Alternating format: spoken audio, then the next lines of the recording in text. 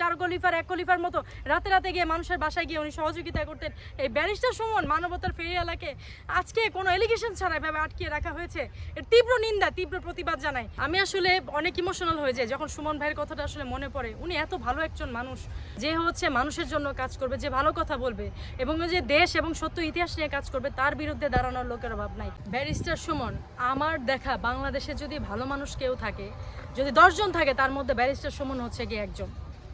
Barrister Suman ভাই উনি শুধু মানবতার ফেরিওয়ালা না, উনি হচ্ছে একজন প্রকৃত দেশপ্রেমিক। আমি আসলে অনেক ইমোশনাল হয়ে যাই যখন সুমন ভাইয়ের কথাটা আসলে মনে পড়ে। উনি এত ভালো একজন মানুষ। উনি দেখেন বিদেশে থেকে ওনার তো কোনো প্রয়োজন ছিল না, ওখানে ওনার একটা মানুষের জীবনে যতটুকু যা পাওয়ার কথা, ওনার হচ্ছে বৈষয়িক যা পাওয়ার কথা সব কিছু কিন্তু ওনার ছিল।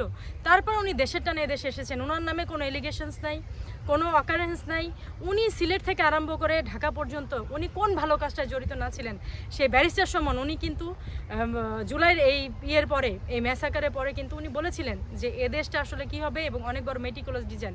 এবং আমি আরেকটা কথা খুব ঘনিষ্ঠ সূত্রে মানে জানতে পেরেছি, যেহেতু ব্যারিস্টার সুমনের গ্রহণযোগ্যতা এদেশে অনেক, সেজন্য কিন্তু ব্যারিস্টার সুমনকে হচ্ছে ওনাকে কিন্তু লোভে কিন্তু পতিত করানোর চেষ্টা করা হয়েছিল যে উনি যদি জুলাইয়ের পক্ষে যান, উনি যদি জুলাইয়ের পক্ষে কথা বলেন, তাহলে হচ্ছে গিয়ে উনি লাভবান হবেন এবং উনি হচ্ছে গিয়ে রাজনৈতিকভাবে যে অবস্থানটায় ছিলেন, যে অবস্থাটায় আছেন, সেই অবস্থানটায় উনি থাকতে পারবেন। ব্যারিস্টার সুমন উনি হচ্ছেন মুক্ত চিন্তা এবং সুস্থ চিন্তার মানুষ। উনি কখনো হচ্ছে গিয়ে চাননি এই প্রজন্ম নষ্ট হয়ে যাক। উনি হবিগঞ্জে ছেলেপেলেদের সাথে নিজে গিয়ে ফুটবল খেলেছেন, বাচ্চাদের সাথে। উনি বিভিন্ন স্কুলে গিয়েছেন এবং উনি স্বাধীনতার ইতিহাস শুনিয়েছেন।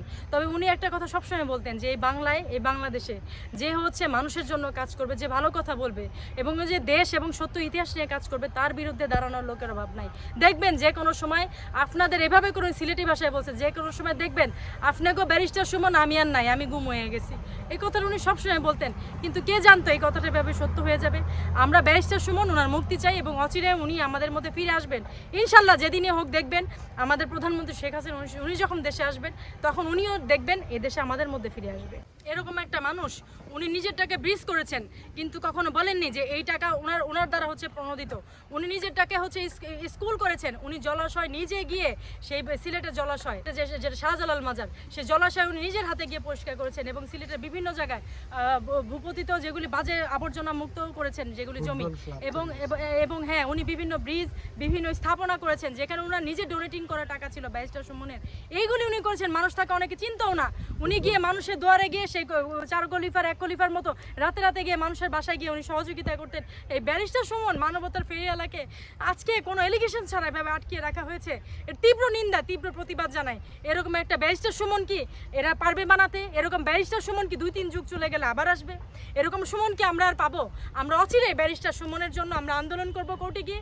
আপনারা যদি ভালো ভালো কথা না শুনে সুমন ভাইকে যদি জেলের তালা ভেঙে আনতে হয়, আমরা তাই আনবো। ব্যারিস্টার সুমন ভাইকে আমাদের দরকার এবং ব্যারিস্টার সুমন ভাইয়ের মতো ফেরিওয়ালা যদি আজকে বাইরে থাকতো, দেশটা এরকম অবস্থা হতো না। যদি উনিও থাকতেন, ওনার নেতৃত্বে দেশ আজকে আবার আগের মতো হয়ে যেত।